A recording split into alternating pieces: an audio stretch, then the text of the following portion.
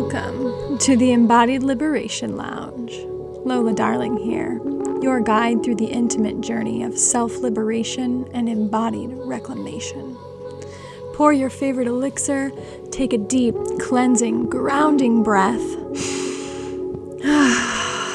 and join me as we dive into the raw, unfiltered, provocative essence of being fully alive and embodied in your authentic truth and power.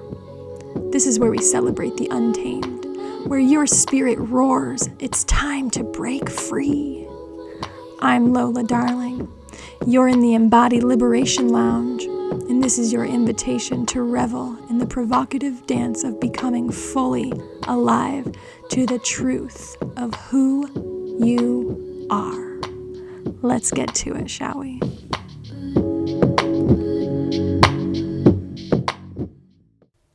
Welcome back into the Embodied Liberation Lounge, loves. Today I have a very, very, very exciting episode for you because today I'm going to be bringing on my first guest onto the podcast. The first time that I've ever had a guest on any of my podcasts.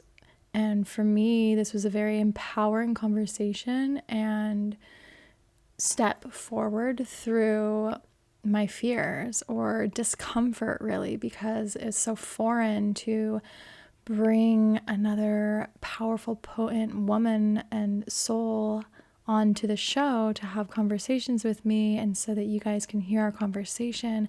And I just found that I loved it so much that I'm going to be bringing more people on for you all to learn and be entertained by and gain wisdom through the depth of conversations, because it's actually deep conversation that I find to be the most powerful and the most magnetic. And so on today's show, my first guest on the Embodied Liberation Lounge is a woman that I met in a business retreat, and her name is Tanya Jane, and we had the most potent and powerful conversation about mindset and how it can make or break our big dreams, how we can use our mindset and shifting our mindset to really change our lives. And Tanya tells us about how she did just that for herself, and now she's helping clients around the world do that for them. And I just find her such an inspiration, and she gives us 4 tips and tricks that she uses for shifting her mindset. We dive into her story and all of the ways that the mind is so potent and powerful and is creating our reality in every moment, and therefore really being intentional about our thoughts and our mindset, and where our mind is taking us and leading us is life-changing. And I find Tanya such an inspiration for my own life and my own big dreams, and really learning a lot from her, from watching her, and from this conversation on where my own mind trips me up and takes me out of alignment. And this was such a potent and inspiring conversation that has really brought me into the intentionality and creation of using my mind to create my own reality. And now you can too. So I hope you really enjoy this episode. Let's get to it. Let's vibe with Tanya Jane. Here we go.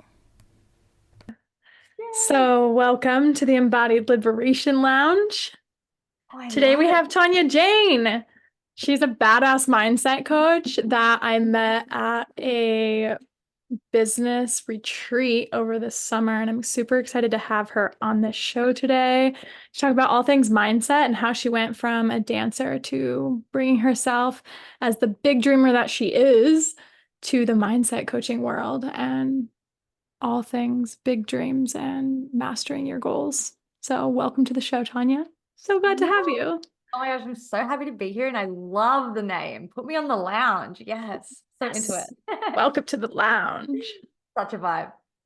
Yeah, so go ahead and is there anything you wanted to add to my listeners and let them know a little bit about yourself, a little bit about your story?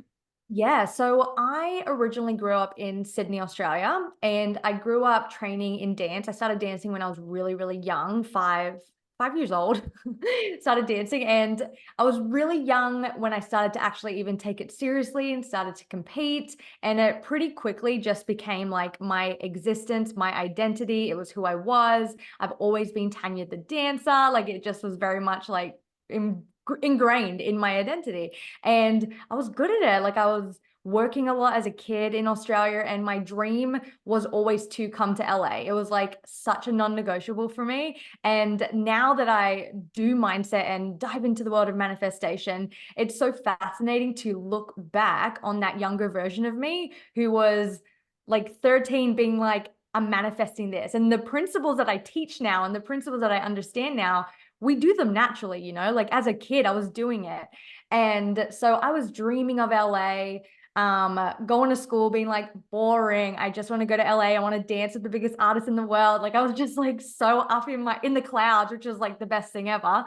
And I ended up making that dream come true when I was 19. So I was pretty young, and I moved to LA by myself, just me, my suitcase, and my big dreams. And I created my life here. And for the over a decade, nearly 12 years now, I've been living that dream. I got to really live that dream. I got to do everything I wanted, and it was magical and amazing. And the turning point for me really came when I started to realize, it was a few years ago. It was in 2021. I turned 29, and like right before you turn 30, you just question some things. You're like, okay, where am I at? How am I doing here? Like, what's the vibe? And as much as on the dreamer end and goals end, I was slaying it. My goals were great. They were coming true. Dreams were coming true. But my quality of life and the belief of what I thought I had to sacrifice in order to have success was just not it anymore. And to a degree, I think like being younger, being early 20s, like you don't care so much about your quality of life. Like maybe you're fine to like room with a bunch of roomies and not really spoil yourself, like no spa days.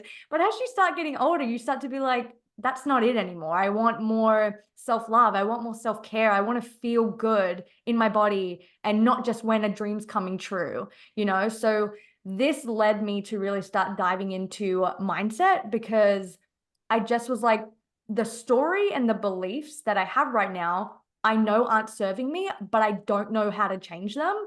So that's when I started investing in myself. And once I did that, and I'm sure it's like it unveils a life that you just can't unsee. And then you're just like, well, I can't go back now. Like I know too much. I like it's too good on this side of things. And that's when my life really started to, my quality of life started to drastically improve.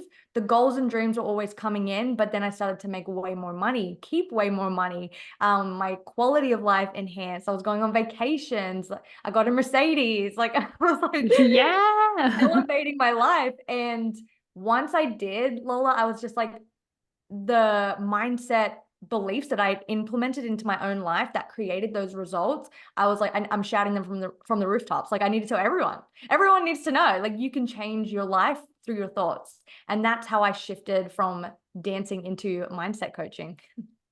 Tanya, I find this so inspiring because I find in my personal journey that as an embodiment coach, I'm much more into like changing your embodiment and like that will shift. But I've been noticing, and because I've been listening to you a lot as well and finding your story and just your work so inspiring and empowering. And obviously, we know, like, as just spiritual beings, that our thoughts are definitely very powerful.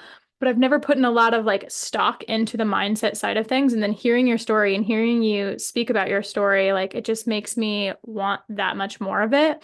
But I'm really curious because on your like for sure you had a good mindset before you started, because your mindset of like having this dream of going to LA and like making your dreams come true since you were 13 and then making it happen by the time you were 19, right? That requires like a certain level of mindset that you already have, this certain level of like knowing and belief in yourself that you've already got. And then, so tell me sort of how you feel your mindset has transformed or obviously evolved, right? Because you had a certain level of a good mindset and belief in yourself when you started, but then you were sort of maybe you flatlined or something where you were like accepting a lower quality of life. This is Did that make sense? No, that was actually a really good question. Okay. And I know the answer, but I've never thought about it like that. So yes, my belief in myself was always very high. And I've always been someone very aggressive when it comes to goals. Like growing up and like being a competitive dancer, like going to competitions and wanting to win and wanting front and center and like training really hard. Like I definitely have a bit more of a masculine energy when it comes to like push, like go, strengthen, get better, grow. Like so that was always quite natural to me. But where to answer your question, so the belief in myself and what I'm physically capable of and what I know I'm like my talents, my skills, my ability, that the physical aspect was like, I got that. I know I'm good at that because I train really hard at it. I do the things. I was doing that. But where the disconnect was in the stories that I also kind of got told growing up was dancers don't make money. If you're going to pursue the dance industry, you won't be like dancers don't make money. So already you've got to be in it for the love, not for the money. And if you're in it for the money, choose another industry. It was like drilled into my brain. Then when I started to even start talking about LA, so the crazy part is for foreigners, I'm like a foreigner now. Well, not anymore. Now I'm married to an American, got a green card. So I'm like Yeah. slowly getting into there. But before, when, like I was a foreigner to this country, I had to get a visa to actually live here and work here. And on that dance visa that I was given by the United States, the rule is you can only do what you're here to do. Like I couldn't get a normal job. I couldn't like bartend. I couldn't do anything. So I was only restricted to dance only, which already is hard enough. Like that, it's an industry that is up and down anyway. So Wow. then being a kid and learning to be an adult in this other country with all the things in my mind of like, you can't make money. Dancers don't make money. Then also knowing this, I was told as well by like, people trying to protect me of like, you have to struggle. You're going to have to hustle. Struggle, hustle, sacrifice. Make it work. Do it for the dream. And that's just what I did. And so it like these were the stories that I believed. And that's why I like see it so clearly of like the dream was always going to happen because I had so much belief in that. But I also had an equal amount of belief that my quality of life had to suck. And it did. Like I struggled financially. Totally. And when everybody's telling you that, it's hard to convince yourself to believe anything else. And then when you can't do anything else for money, like you're saying, like that is wild. You're almost trapped. And so you had this pivotal moment, you said in 2021, where you just sort of like grabbed life by the boots and were like, yeah, nope, this is not our story anymore. And did the things. Yeah. And So I also just inspiring. want to add to like, I know a lot of dancers who make a lot of money. Like that story Yeah. is such BS. And even though like the dance industry is very like up and down, it's very job to job. Like technically the industry is naturally paycheck to paycheck because of just the nature of it. But you like the paychecks are big. When you're on a big job, like you do get big paychecks. And it is so if I was to go back and tell my 19-year-old self something different, it would be like you can make a killing in LA as a dancer. Sure, there may be phases and seasons where it's a little like whatever, but it's not true at all that I need to struggle, sacrifice, or hustle or like kill my quality of life to have a dream. That's not correct. Sure, that just goes more into a money conversation, right? Of like Yeah, yeah. how you're managing the money you're coming in because it's not like consistently stable. Yeah, yeah. So, how do you feel now that you've really like mastered your mindset and taken hold of your life and really like changed your life and are doing what you're doing now and you're so passionate about it? Like, how do you feel that changing your mindset and jumping into this world like shifted or helped you in your embodiment of what you believe, of your big dreams, of a greater mission in life? Mm. So diving into the mindset aspect of it, oh, so many things. I think Give the them to biggest us. thing for me, yeah, the biggest thing for me was really because of that story, because that is my journey and my experience, was realizing I can feel good in my life while I bring a dream to life. And that was just so foreign to me. So I think the biggest like aha moment, the biggest breakthrough for myself personally is implementing ways that I put myself first and prioritize myself first, and really shifting that narrative for me personally of what my life looks like while I am running my business. And now, especially with the business, because I am the boss of the business and I get to call the shots, I design my business to suit my lifestyle. I don't fit my life into my business. And that's like also a huge part of my message too, about whatever dream you're going towards, it gets to be to support your quality of life, to enhance your quality of life, to add value to your life, instead of you must squish yourself to fit into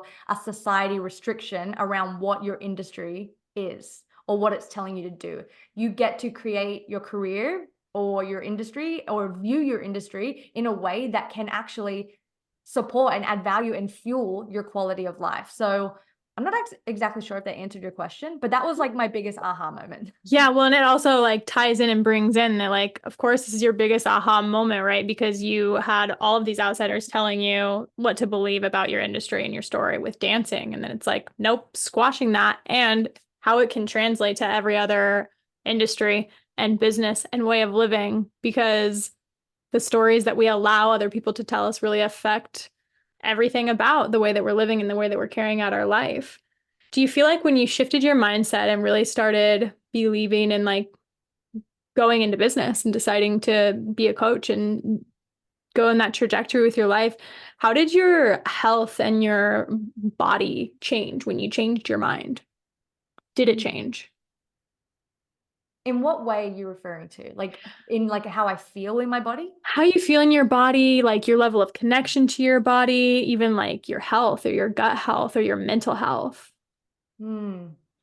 I think for the longest time, because of, I don't want to say the way I was programmed, but also kind of with the industry I was in and being a dancer, um, I was kind of numbing my connection to my body a lot, because my body was also like the job. So if the job needed me to like do a back bend and fall into the floor and smash my knees and whip my head around 80 times, then I would just do it with a smile, like no problem. I don't have a body. It's totally fine. Like, but now I'm kind of paying for it with my injuries and stuff. But I think this was like a huge initiation for me to actually be like, connect to myself and be like, I can actually allow myself to feel emotions and let myself feel into my body in a whole different way, and actually explore and experiment the way my body feels when it's not so refined to having to be very like when I'm not being told what to do with my body. Now my body is mine, and I get to use my energy in my body to fuel my business. And that for me has been so eye-opening, because as you know, like our body has so much wisdom, it has so much information, and there's so many cues now that I take from, like, let's say I'm having a really busy day or I'm really overwhelmed, like I will make it a point to like, I'm not going to do anything until I stop and like breathe, because my energy is whack right now. Like whatever I do in this energy is not going to be the vibe anyway. And I never could connect that, because I was so numbed out to my body of just like go, go, go. Which also is that like survival mode energy, like survival mode Sure. when you just like got to do what you got to do. But the more I connect to myself in that way, the more I can feel the guidance, the more I can feel the nudges, the more I trust the guidance.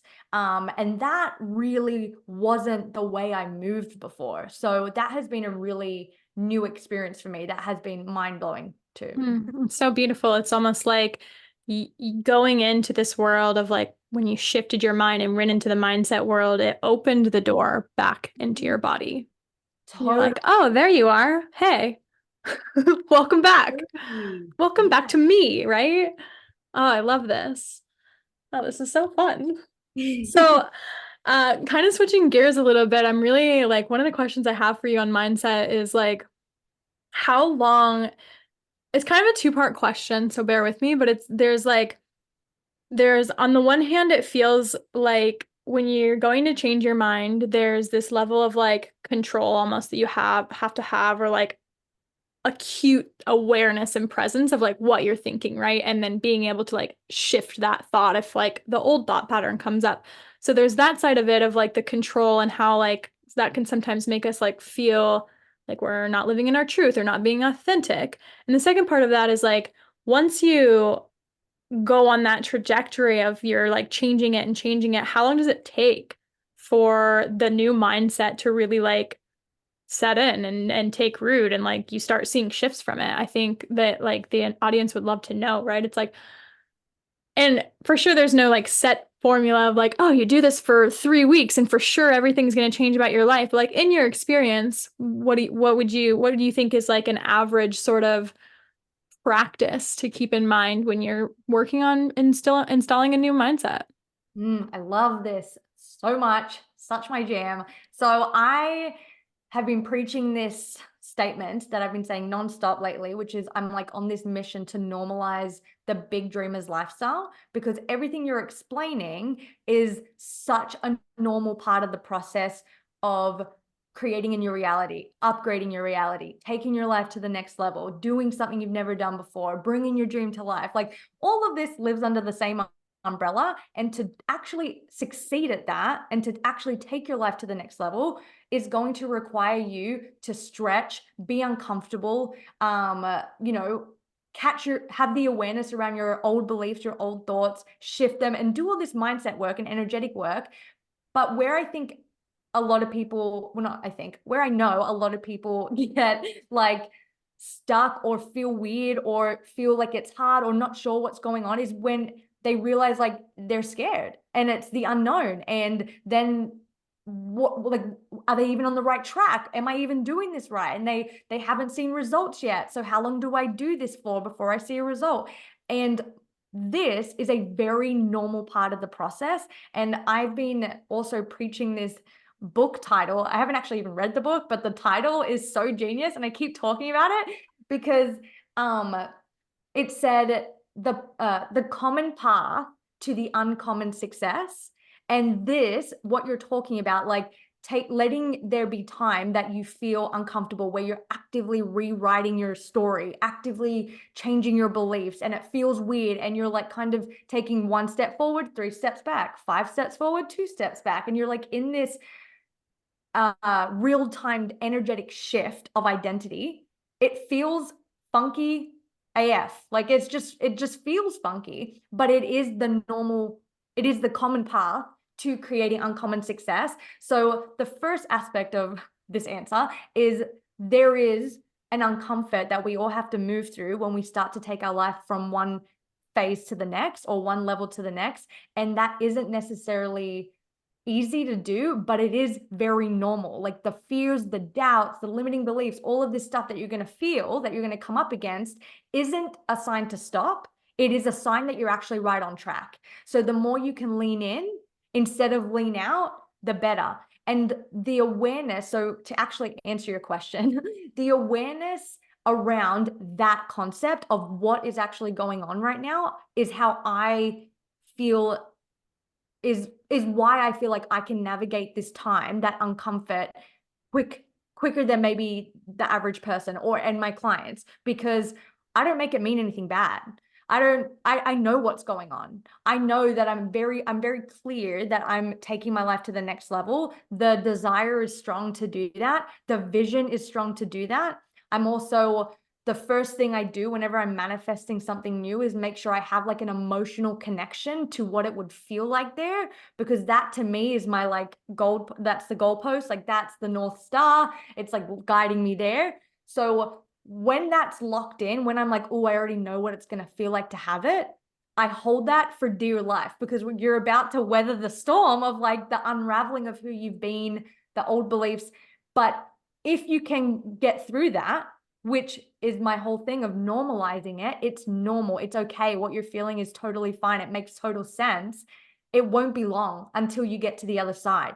And the energy that you feel when you're in kind of that shift, if you can feel calm by being like, I know what's going on. I'm taking my life to a phase, to a level it's never been before. I'm in real time creating a new reality. Of course, I don't know what I'm doing. Then it takes the pressure off being like, why don't I know what I'm doing? It's like, I'm learning. I'm literally growing. I'm figuring it out. It's working. It's actually working right now. So it's a perspective shift. So that is the way that I move. That's what I preach. And it's also what I practice too. And it's so powerful. Do you think that this point where somebody's been practicing, because I feel like you could practice a new mindset for like, 3 days to a week before you really are hitting this like, okay, this shit's starting to get uncomfortable. Things are really starting to unravel. Do you feel like that's where most people get tripped up and they stop because they let their fear and the doubt of like, either this isn't working or like, oh, this is uncomfortable as fuck. Like, why am I doing this? Like, it's way more comfortable to like be who I was, right? Do you think this is where most people stop? And that's why the majority of the world is still like just stuck in maybe their like baseline of comfortability? Yep, I do. Yeah. Yep, I do, because you gotta want it. Like, you really do. And I kind of made this post and a little joke around New Year's Eve, yeah, around New Year's, of like New Year's resolutions. And I was like, the reason why New Year's resolutions don't stick, but the energy around New Year's resolutions, you can feel that. And I'm sure like you've seen this too, when like you sign up to a program, there's this energy of like, I'm new, this is like the declaration, a new season. Or when you sign up with a mentor, or you move cities or get a new job, like there's a fresh energy. So we feel that energy of like a New Year's resolution quite often. But why they don't stick is because unless you're doing the identity work to actually become that next level version of you who can hold that level of life, meaning the mindset, show up for yourself at that level, create at that level, think at that level, unless you're actively like doing the mindset work to be that version of you, it won't be long until you're back to who you've always been. And you got to want that. Like, you got to want it so bad. And because it does get uncomfortable, and it's easy to just be like, life was okay before, whatever, like it's Yeah. fine.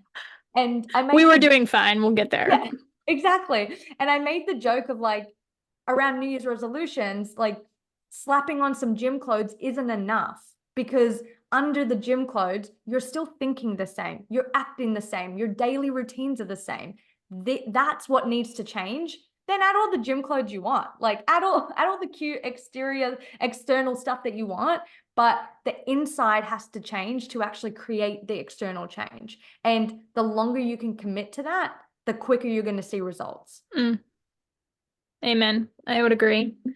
Taking it back to like grassroots basics of a mindset, what would be the components? Like, so say you find a limiting belief or something that is holding you back, and you're like, oh, okay, like this is the mindset work I need to do. I like need to change my mind about this one thing.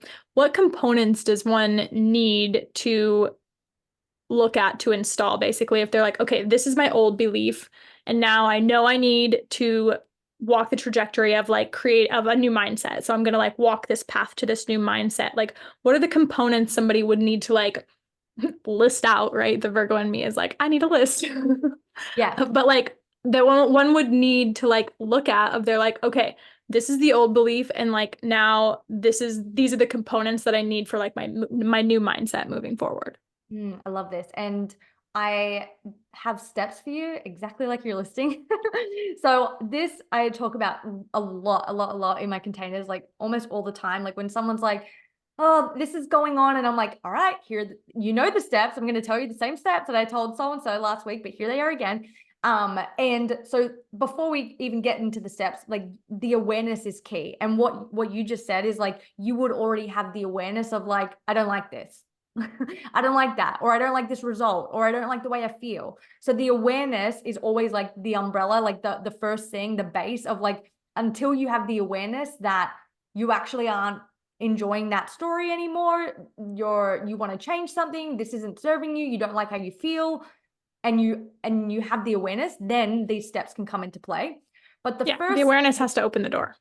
Exactly, exactly. The awareness is key. And then I have 4 steps that I do constantly, no matter what situation it is, whether it's with my dog, my partner, my dream, my goal, my car, like what being in traffic, like literally whatever it is, I do these 4 steps. The first one is I ask myself, what am I making this mean? Because it's never the thing. The thing is never the problem. Like for example, in the way you were describing it, of like, I have this belief and I want this new one. Like, it's not about the dream, like the belief itself or whatever. Like the thing is not the problem. It's the way you feel about the thing. That's the problem. So that's why I always say, what am I making this mean? So a very like neutral, like the easiest thing that I'm just thinking of right now. I'm sitting in my car and I'm in traffic and I'm going to be late and now I'm getting angry. And I know this isn't goal related, but it's just coming up. So I'm angry, I'm mad, I don't want to be late, whatever. And then I ask myself, what am I making this mean? Because the traffic is just traffic. I've assigned the meaning to the traffic that it is negative and it is now impacting me negative. That is just a choice. So what am I making this mean? I'm making this mean I'm going to be late, my day's going to suck, everything else after this is going to be ruined. So I get clear on what am I making it mean. Then I ask myself, is that the ultimate truth? Is that genuinely the only truth that God himself has declared for my life? And the reason why I word it like that is because even in saying that, even if you are so mad, there's a part of you that's going to be like, no, like that's not the ultimate truth. Like that's not my destiny. Like no one's decided that for me. Like that's not the ultimate truth, only option in the world. So acknowledging that story is not true, real, and facts. So then the third step is, what is the new belief? What is the new truth? If that's not the truth, if that story that I'm telling, if that belief that I had isn't the ultimate truth, what is my new truth for this situation? So for that random analogy, I get to listen to an audio, which means my energy is going to be sky high. So when I get to work or when I get to this place, I'm going to deliver my speech in such a better energy. This is actually working for me. I'm actually grateful. I'm going to let someone know I'm going to be 10 minutes late. All is going to be good. My energy is going to be fabulous. You make the new story. Yeah. And then the fourth step, and this is the last step, is take an action step that backs that new truth. So for that analogy, it would mean my action step would be, if that is my new truth and I genuinely believe that new truth, my action step is put on an audio and sit and relax because there is no problem here. So those are my 4 steps. And to like, amazing. Yeah. She just changed all of our lives, you guys. To do a little quick recap, it's 1, what am I making it mean? 2, is this the ultimate truth? 3, what is the new truth? 4, if you believe that new truth, what's the action step to now start walking with that belief of like, yep, it's fine. All is good. All is good in the world. So I'm going to do this now. And it gets to be so simple, right? You can use that for the most, like you used it in the most simple, mundane thing that we all deal with. And that can be also, you can use it for the most complex problem that you have about anything and break it down to being so simple and then just moving and taking the action from there. Like I love how simple it can really be because our minds can be so complex. Like we tend to make everything complex because we have these huge brains, right? Totally. My gosh. Yeah. We love that. Do you feel that mind follows body or body follows mind?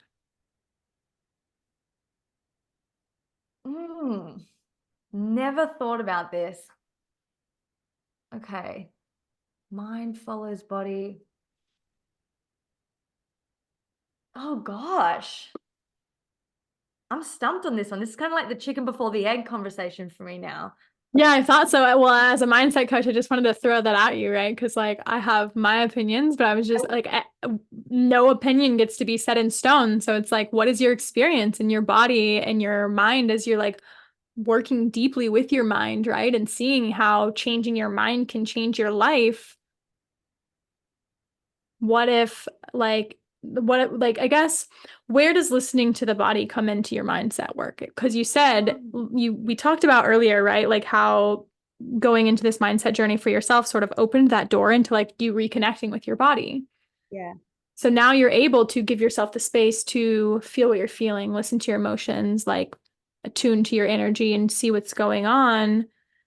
Do you feel like those emotions and that kind of stuff that you are now more aware of that's happening in your body, can you like track that to being like, oh, because my mindset's off, I'm like feeling this shit in my body. And so I need to go take a moment and feel the shit in my body so that my mind can change. Or the other Yes. way around, right? Yes. I think, oh man, which one comes first? I'm not exactly sure. It's an interrelationship, but like in your Yeah. experience. In my experience, I think I am so aware of what I'm saying. Like I'm very conscious of my words. This is also like, manifest 101, like watch what you're saying, like watch your words. So I am definitely all up on that train of like, what am I saying? What am I saying? So when I catch myself going into a spiral or saying a sentence, that to me gets my attention more than my body. Mm-hmm. But I think that's just because of my journey and where I'm at with my body, and I can pick up on that signal quicker than I would be able to pick up on a physical signal. So for me, I would have to say the way I operate, the mind goes and then my body gets overwhelmed, then my body goes into the stuff.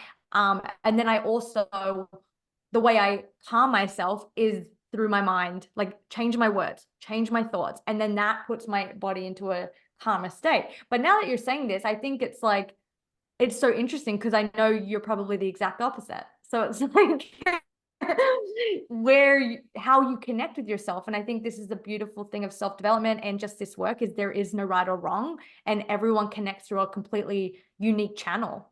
Absolutely. And I think it's an interrelationship and everybody gets to have a different experience, right? It's and and no neither one I don't feel is like the right, or there's no like right or correct way. It's really being able to listen to both.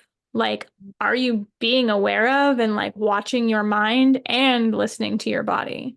It's both Totally. and, right? It's not like, oh, I'm doing this one and so then the other one's like gonna just follow it and I don't have to pay attention to it. Like if we're not adhering to both and giving both the attention that they need, one sort of starts running the show out of alignment, right? Like if we're not doing the mindset stuff to keep our minds in line, because the mind is a wild monkey, it can Mm. like run around.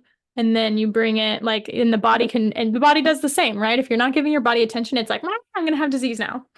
Totally. And I will say, like, the biggest shift in my journey was when I stopped looking at my external reality and started to start changing within. And that the first investment I ever made was with it was a money course, like it was a wealth consciousness course, but the mentor I invested in at the time was like very spiritual woman. And that was like the complete opposite of everything I was back then. So I did get introduced to this work through meditation. What am I feeling? And that, I think, yeah, I'm just having like a little light bulb moment of my own over here, being like, yeah, this was like a huge part of the change of actually like opening the door and being like, hey, this is important. Like this has so much wisdom. And when I do get into an overwhelmed state or I'm angry or whatever, it is very loud in my body too. Mm-hmm. Like it's loud, you feel it, it's there. This is fascinating. Fascinating. I love it. Love it. Love it. I love it. So if we're talking about like liberation and liberating yourself through using your mindset, how like do you feel like there's a interrelationship there as well, or like a way that they work together? Like, do you feel personally liberated through changing your mind? Yes, I I feel like since I started to do this work, I realized I'm in control of everything. And by in control, that's probably not the right word. I have the power to decide what today's going to do, today's going to be like, how I want to feel, what I want to do, what dream I want to bring to life, what action I want to take to bring that to life. And I think up until I started diving into this work so deeply, I was such a stickler for the external reality is happening to me sometimes. Like, even though I think on a fundamental level, I was like, I know that's not true, but I didn't know how to actually change that or how to feel about that in the moment of like something uncomfortable, something challenging, to then be like, no, I get to, even though it's hard, even though like getting to where I am today, like my bank account did not reflect that I could become who I was today, who I am today. Like, it didn't reflect that I could in 2 years become a multi six-figure business owner. Like, that just wasn't the reality back then. And the liberation for me was realizing I have the power to look at my life and be like, this is what it is, and I get to do whatever I want. And what do I feel like? And I have the power to make that happen. And I don't fully think I comprehended how big of how much power we had. So that was how I feel like I liberated through mindset. Yeah. Yes, beautiful. And I mean, we have all of the power to create our reality. Like, all of the spiritual teachers have been teaching this for years and years and years, and we're all kind of starting to wake up to it now. Like, as we're all waking up and we're all shifting and that frequency is shifting, we're really starting to realize like how quick energy is moving, like how fast things are manifesting just from like your thought, and especially what you think repeatedly. I also wanted to just like take it back here to the beginning of you answering that question and just make a note for our listeners here on the shift that you made when you started answering that, between versus saying I have the control versus I have the power, because this alone is like a huge mindset thing, right? Because when we're trying to control everything, our mind has actually gotten away from us, because the mind does seek to be right. It seeks to have control. It wants to have everything in order and like in its own structured sort of like way that it wants things to be so that it knows and so that it feels comfortable. And there's a massive difference when we're talking about mindset or embodiment or like any personal development between this need for control and actually just the realization of like, I have the power to change it and not necessarily control it, right? Like I feel like there's a stark difference there that we can sometimes get lost in, because just because we're not in control of it and things are happening that we don't necessarily like, the power comes in how am I going to perceive it, right? How am I going to think about it? How am I going to let it affect me? How am I going to respond to it? 1,000%, 1,000%. And that was like a huge realization for me when I started doing this work. Was it's not about the control. Like, the control is an illusion. Like, that's like just still operating in an old way of thinking. It's like trying to manufacture your life so you can be comfortable, and like even that will only limit what you can manifest. That will only limit the level of beauty you can experience when you may be thinking, feeling positive thoughts, but if you've got that energy of, but I need to control it, you're capping your manifestation, you're capping your experience on this earth. Like, you can only feel so much when you're trying to control it. So yeah, that was a beautiful piece. And yeah, it was a big shift for me too. Absolutely. And it's beautiful because, I mean, yeah, control in and of itself is limiting us because we're allowing it to, and it actually keeps us small. It keeps us Totally. playing way smaller than the limitless realm of possibility that is out there for us. Totally. I Love it. couldn't agree more. All right, so I have just one last question for you today, and that is, what are you striving to embody on your personal journey next? As you're on the Embodied Liberation Lounge, what is your next level of what you're embodying? Oh my gosh, I love this question. I am definitely embodying the energy and feeling into the energy of it is done, it is done, it is done, it is done. And I know we can talk about that through so many different lenses, but with the goals that I have, and also just like the way that I am and the way that I like to move, of being like, I am very goal driven, and my tendency is to get very in the masculine, which puts me sometimes in an overdrive, which I know a lot of people feel of. Then I feel like I have the responsibility to bring the dream to life, like, and instead of it being a co-creation, instead of letting myself receive, like, that is my cute toxic trait. So something that I've been embodying from experiencing this magic is playing in the energy of, if what I want is already done, what would I do right now? Would I be worrying about it? Would I be panicking about this person or this thing or this or whatever it is? Would I have these worries? Would I have these fears? No, I wouldn't. So if that's the case, feeling that now and this is also my way of calibrating to become that version of me living that goal. So it like works in two ways for me in my head of like, it's helping me anchor into the energy that I want to be and how I want to live because it is done. And then B, it's helping me calibrate. It's helping me become that version of me. So in my head, it's a win-win, but that is something that I'm definitely working on, the energetic piece of like waking up, feeling that, starting my day from everything I already want. It's already here. Like it's here, it's done. There's no need to worry. Beautiful, potent, powerful, next level of embodiment. And like, that's the work, right? Like at every level, that's the work. Is like, if it were here now, how would I be feeling? What would I be doing? Like, this is the manifestation work. This is the mindset work. This is the embodiment work. Like, really, it's the key to all of it is like, can you just feel and breathe life into what I want is here now? Like, I love this. And I might even just like go try that on for myself. Yeah, do it.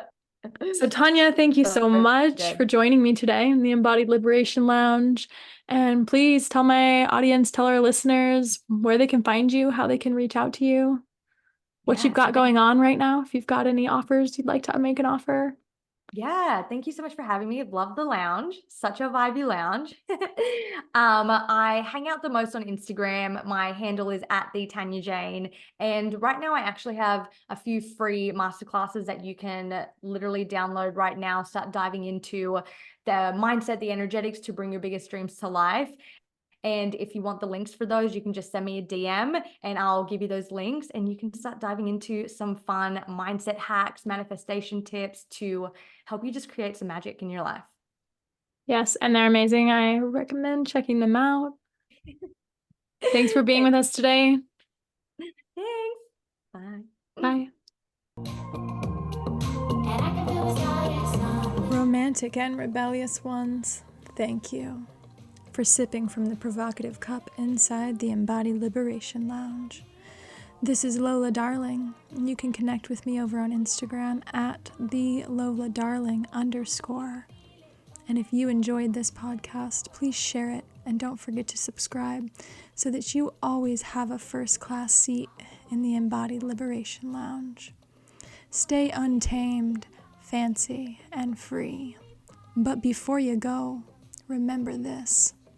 The world yearns for you in your power, turned on and dripping wet in your fully expressed truth and liberated soul. Trust yourself. Let the body be your guide and allow the mystery to unfold. Until our next dance with decadence and debauchery of all our untamed spaces and faces, keep dreaming provocatively, dreamers.